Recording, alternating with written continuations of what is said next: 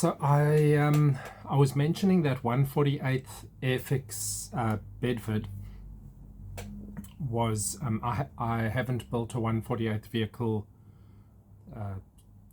sort of ground equipment vehicle before, but I remembered I had these other boxes that I'd bought at one of the swap meets, and I thought, let me just compare these. What do I even have here? I remember that there was some form of Bedfords. So I want to show you. Oh, this is still closed. Okay, this hasn't even been opened. And I was sort of getting interested in these.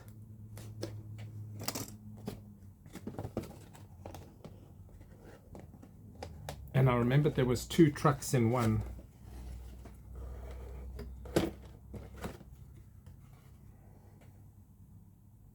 So I was about to talk about 148th, and then I see this is 176th. So suddenly I have 1 box, 2 boxes, 3. Those 2 are the same. This one's different. So this is 172. I have no idea why there would be a 172 vehicle set and then a 176 Bedford set. That doesn't make any sense to me whatsoever. So I thought I had no other 172 vehicles, and now I have 4 in 172nd. So I have a whole bunch of new Airfix,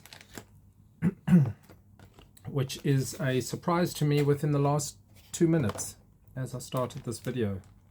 Now this is very, very good stuff.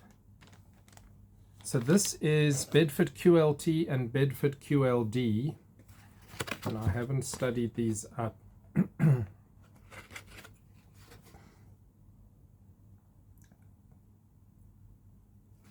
So I assume probably exactly the same front end and a different bed, something like that. I'll have to go and do a bit of reading. I'll cut this one open and we'll have a quick look at that.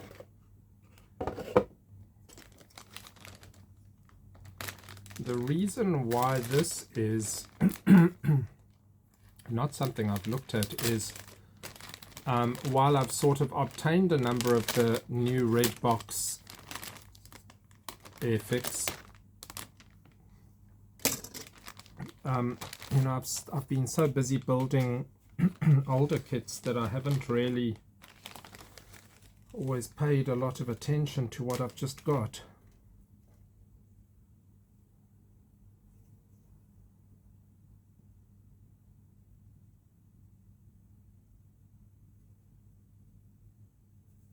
Now on this one, thank goodness, they have done the tires properly. So the tires on the back side at least end at the edge of the tire and not like that 148th kit. I just don't understand the design philosophy sometimes between some of the guys. But this is very, very nice. So this is almost better than 148th because it's, you know, I'm not seeing any fault. Even though it's smaller scale, I really like that.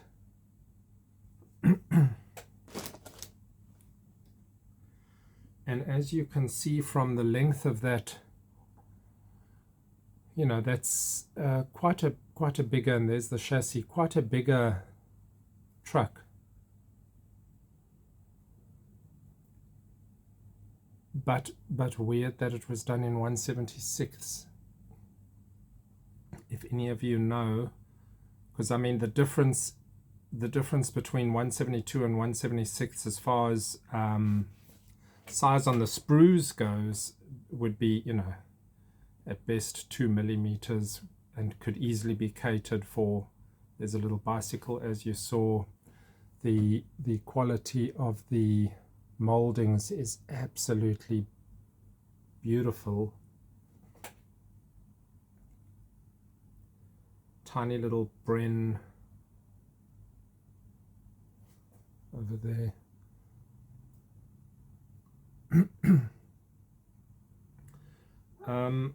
And then this one,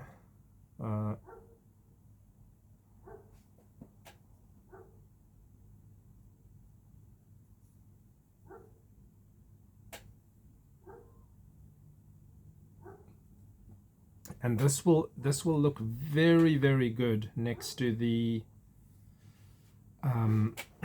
Matador truck and so on. Now that Matador, I've taken the box inside now. I can't remember if the Matador is in fact also 1/76, and why this sort of weird. I mean, I know that, or I think that, no, because HO scale is not really 1/76, it's, well, some of it is 1/87. Anyway, tell me if you know. They've got this, you see that sort of raised section there, so you've got to be a little bit careful when you put this together here. That should be okay. So that's a rather interesting surprise, since I just thought I was going to have a bit of a chat about 148 vehicles, and now I find I actually have a hidden stash of top quality 172nd. So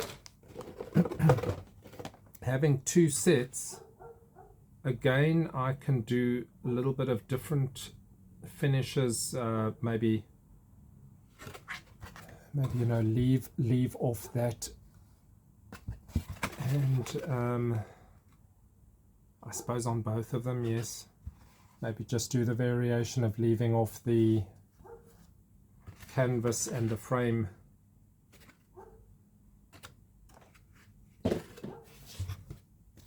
Now I don't know what these cost in the shop, but I would sort of think that this is very, very good value for money, build value for money.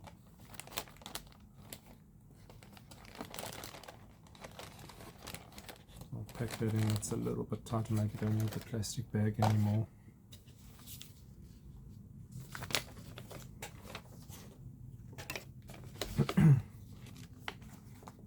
A lot of unit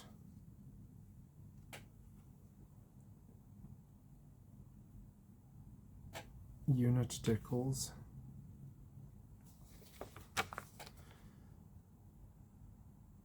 This time on this particular one, and what is the date of this?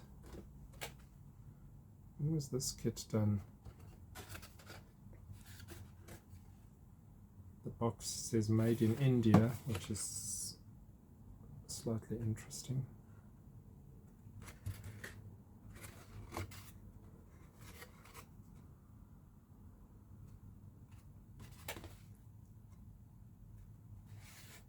I can't see on there.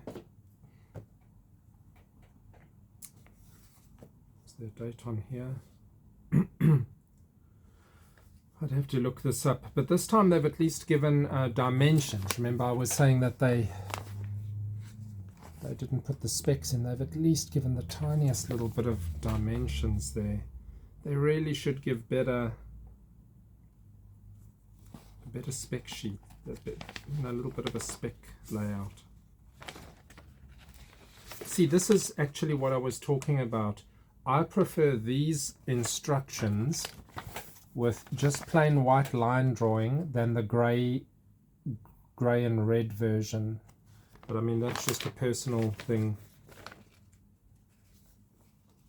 And I suppose it just comes because that's what we grew up with. I like that better.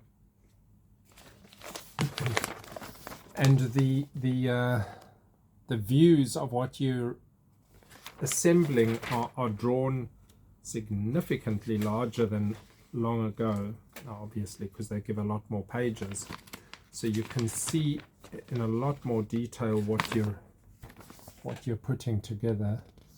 So I do like that.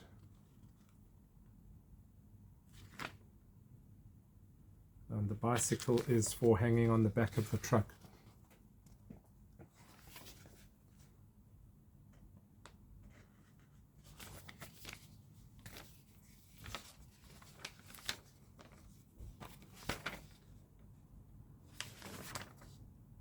Sort of looks like, yeah, it's probably exactly the same cab. So that's the one, shorter wheelbase,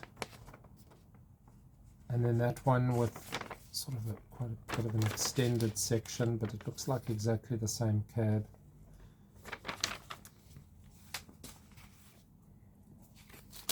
I do like that, and I'm glad I got those two boxes somewhat accidentally.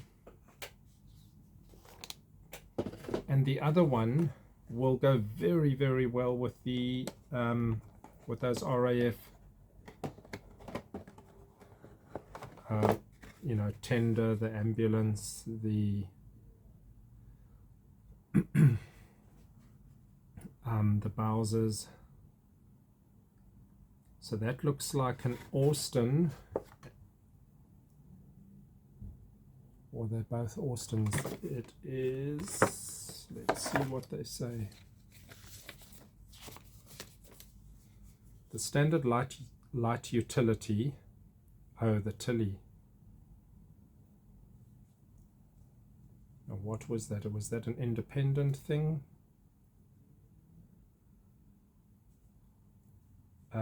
Heavier vehicles prevalent on RAF bases were Bedford MWD light trucks and MWC water carriers.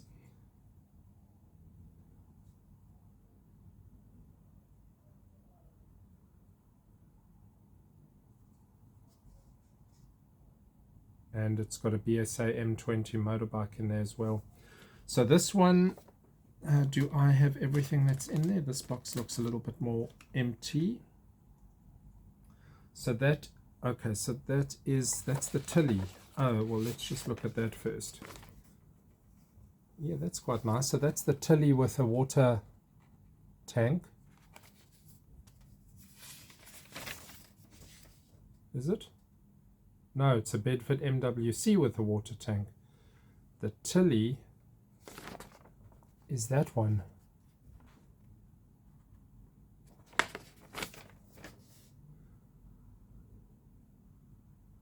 So we've got a Bedford MWC, MWD, and a Tilly, and I suspect that in this box is not all of them.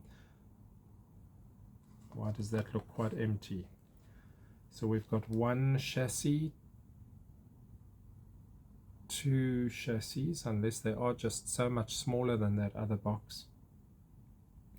Okay, maybe that is all. So that's the kit. Okay, so that Tilly is just a very small vehicle.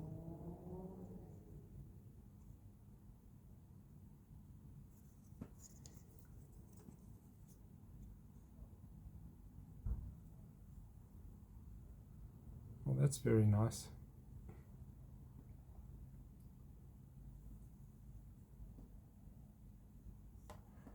Those wheels are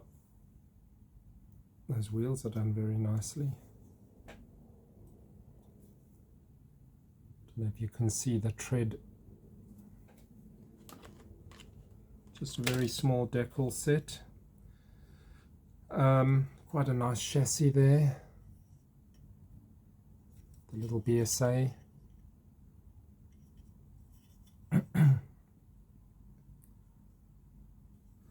Well, then I have to say I do recommend that quite highly as well from what I'm seeing.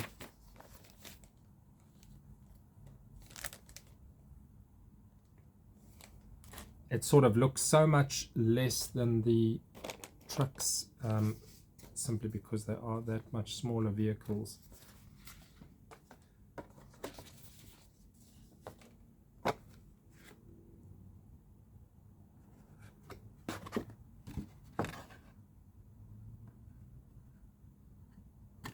Well, does that mean, so hold on,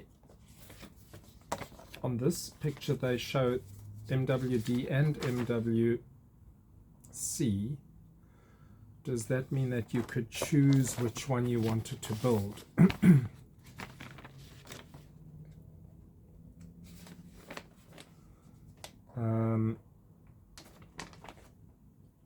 Okay, so we've got Bedford truck. Where do they start talking about options? Bedford truck, most of it is Bedford truck. Oh, the Tilly is only the last page and back page. So all of it is Bedford except just these last 2 pages, and then the BSO is right at the end. And okay, so they've divided it down the middle. They've divided it down the middle on the last 2 pages for doing the 2 variants. Either the water tank or the cargo back.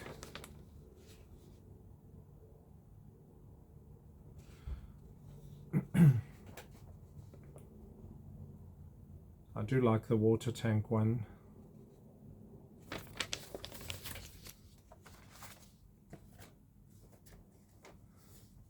The coloration, their printing on these pages isn't the greatest, but I guess it works for most people. Well, that's 2 very nice sets, though strangely the scale difference. So I'll take these inside. They've just been, I really thought they were a different scale. One of the guys on his channel, can't remember the name, was talking about one of the downsides, I guess not really of modeling in general, but anyway, the point that he was making is in these Airfix, some of the Airfix ones which are listed as starter kits, and you get some of these in a little paintbrush and a small glue. And I remember more than a year back I tried to mess with a couple of these paints, and I think 2 of them were mildly okay, but in general I think they are pretty bad paints, and I don't know anyone that really uses them much. But the point that he was making is, so you know, you'll often, these will be a gift to a kid, someone who's probably building a model for the first time, and they get to use these paints and the result is terrible, you know, especially if you're sort of just painting it with a thick paintbrush and just slapping it on. And I know there isn't really a alternative. It's not like the kid can suddenly be painting reasonable quality, and you can't really be giving humbrals or that sort of thing. And I guess this is the only option as the very first delving into a little bit of paint. But it is sort of unfortunate that the paints that you get doesn't yield you the result that you thought you might have got from painting your model with that. I mean, I can't imagine using those sort of paints on anything like that. I mean, I can't imagine using them on anything at all. I can't even remember what was the result of my trying to paint something with them. I should do another trial this year so that can sort of refresh my memory on those. And then the last thing that I wanted to just talk about in this one quickly was this. This furniture shop which I was mentioning, and one of you said, oh, actually they do give at least 1 bulb in here, which is interesting. Not an LED, but they do give a little sort of torch bulb. The problem with using something like that in the model is if it burns out by accident, you can't really get to the place in the model to replace that. So LEDs are definitely the way to go.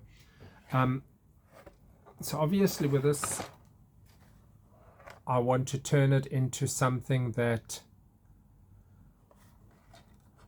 is very appealing on the inside. It's the inside of the model, some showroom for something relevant to aircraft. Could even make it a hobby shop, to be honest. Very interesting lighting. Try and put some little relevant size figures. But the point that I wanted to make now is I was thinking about this in one as a one story, but these house models being about the easiest things to modify by building a second story onto that, having a living quarters, flats, as is very common above many little shopping areas. And that, the only things that you have to then shift on upwards is the aircon and stuff like that. And with plastic card and various textured surfaces, I have a bunch of stuff. And it's not to say that it'll necessarily match that, but you can extend this to be a second level residential with curtains and lights upstairs and stuff like that. So there's quite a bit of scope here. Having the large windows with the showroom sort of look means that you do get a very, very good look inside. And you could do a little car showroom, but with that single door, it probably doesn't really work for that. So a hobby shop might be an idea, actually. Just make a very nice hobby shop out of that.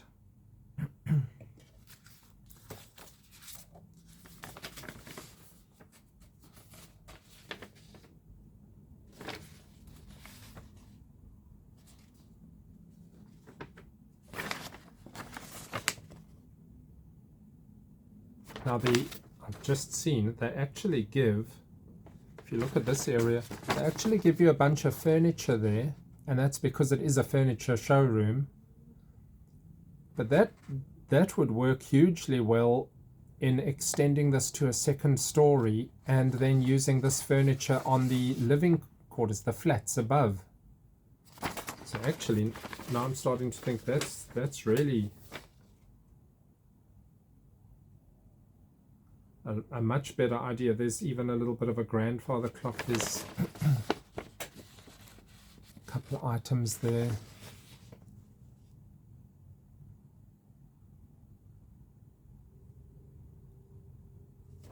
Not the fastest of builds if I do it that way, because that's while it's not a very complicated building, there's just so much that you'd want to be doing on the inside. But I like the planning of that, and I think what I'll do is there's a whole bunch of them I'm going to show you in the next one. I just need to dig them out over there. Very, very sort of alternate modeling line that you hardly ever see. I mean, you see them on railways, but you very seldom see them being done just as independent models. So we'll have a look through the collection that I've got, and now I'm taking these inside. Very cool. My 148th just turned into 172nd. Anyway, please do tell me why 172nd and 176. Okay, happy modeling.